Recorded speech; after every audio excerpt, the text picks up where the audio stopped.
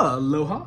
Just as a little quick recap, just in case there was a total blank out, what we've been trying to do is play from one rhythm, like 1, 2, 3, 4, 2, 3, 4, 2, 3, 4, and be able to have the other hand do something like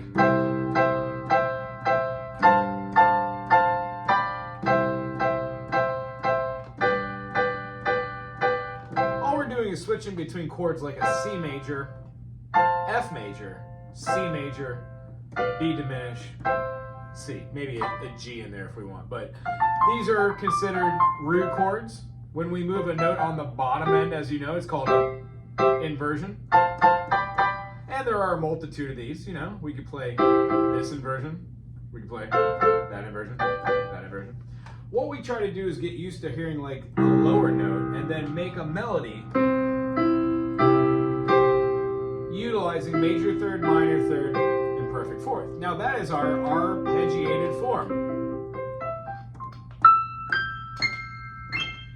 However, we do have other things we've been working on, like hearing different chords rather than just a major. We can hear our minor. We can hear an augmented, or a diminished.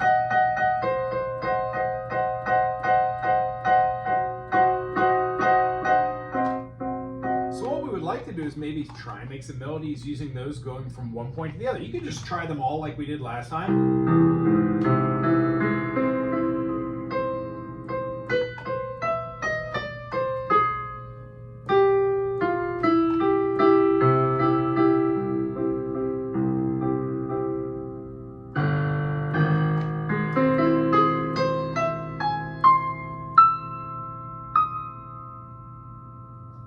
Fun with those. That would be the C augmented over a C major. You can also move up to a D minor.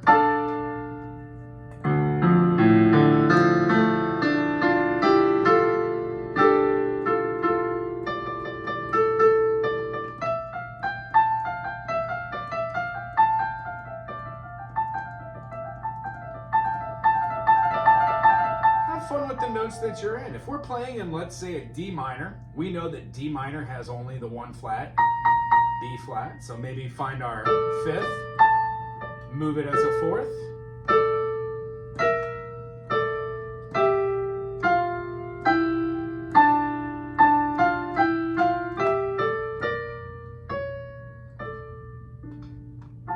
when you're comfortable with a C major and playing like that from one end to the other, maybe try playing your D minor from one end to the other.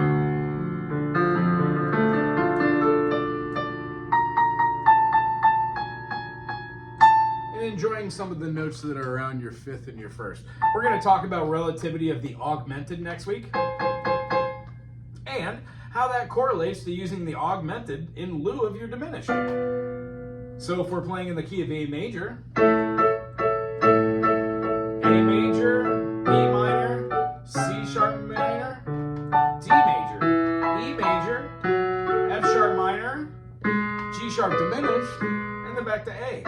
Well, rather than using the G sharp diminished, could we use something like maybe like a F or a G augmented?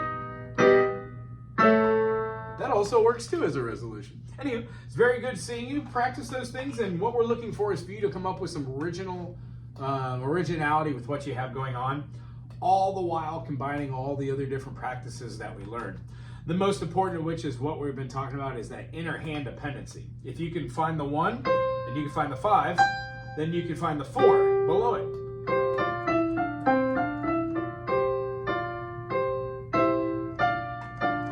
All of these notes together or alone make up really cool patterns.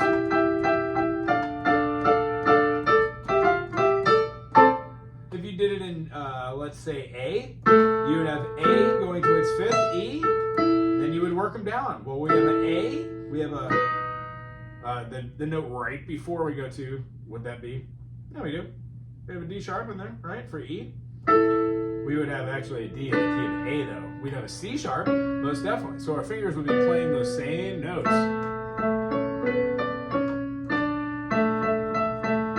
And what happens is we have a tendency to feel these in the same rhythm. And what this does for our fingers, it allows us to get out of that mode and to hear harmonies that you naturally wouldn't hear unless you were to play those notes together in Congress. Anyway, it's good seeing you. Aloha.